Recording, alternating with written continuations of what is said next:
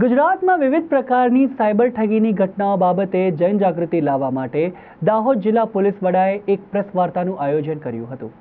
ગુજરાતના ડીજીની સૂચના મુજબ સમગ્ર ગુજરાતમાં સાયબર ઠગીની ઘટનાઓ રોકવા અને તે બાબતે જનજાગૃતિ લાવવા માટે એક પત્રકાર પરિષદનું આયોજન કરવામાં આવ્યું, જેમાં દાહોદ જિલ્લા પોલીસ વડા ડોક્ટર રાજદીપસિંહ ઝાલા દ્વારા માહિતી આપતા જણાવ્યું કે સાયબર ગુનાઓમાં કુલ 28 પ્રકારના ગુનાઓ બનતા હોય છે, જેમાં online fraud, OLX fraud, banking fraud, nude video extortion fraud, ransom fraud, loan fraud, fake Instagram जेवा फ्रॉड थकी गुना बने छे, जेमां उपर पैकीना गुनाओमां 1,14,81,999 રૂપિયાની ઠગી અત્યાર સુધી દાહોદ જિલ્લા સાયબર સેલ દ્વારા દાહોદ જિલ્લા પોલીસ વડાના માર્ગદર્શન ગુનાઓ ઉકેલવામાં આવ્યા છે।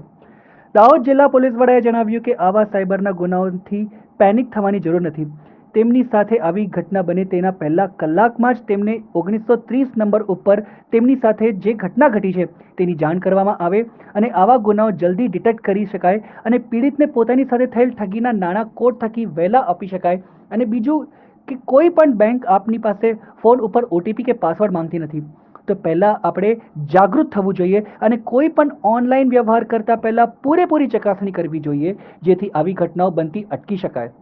Social media, OLX, cashback fraud, KYC fraud, gift fraud, lottery fraud, escort fraud, insurance policy fraud, electricity bill payment fraud, blackmailing ने मैट्रोमोनियल फ्रॉड।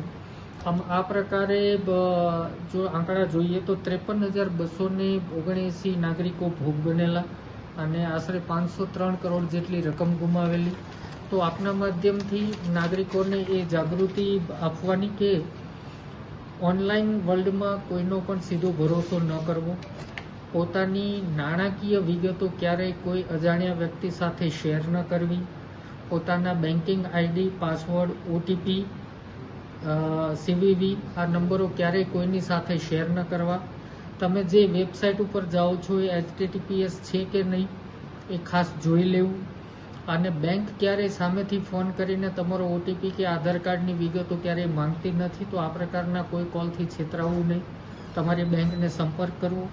એમ છતાં જો કોઈ નાગરિક સાયબર ક્રાઇમનો ભોગ બને છે તો તાત્કાલિક 1930 ઉપર કોલ કરવો। જેમ મેડિકલ ઇમરજન્સીમાં પહેલો કલાક એ ગોલ્ડન અવર છે, એમ સાયબર ક્રાઇમમાં પણ જો આપ તાત્કાલિક જાણ કરશો તો તાત્કાલિક અમારી 1930 હેલ્પલાઇન છે એ તમારા પૈસા જ્યાં પણ હશે ત્યાં ફ્રીઝ કરાવી દેશે અને કોર્ટના માધ્યમથી આ પૈસા તમને પાછા મળવામાં સરળતા રહેશે। માટે 1930 હેલ્પલાઇનનો પ્રચાર પ્રસાર તમામ નાગરિકો સુધી થાય। કોઈ પણ સાયબર ક્રાઇમ થાય તો પેનિક થવાની જરૂર નથી।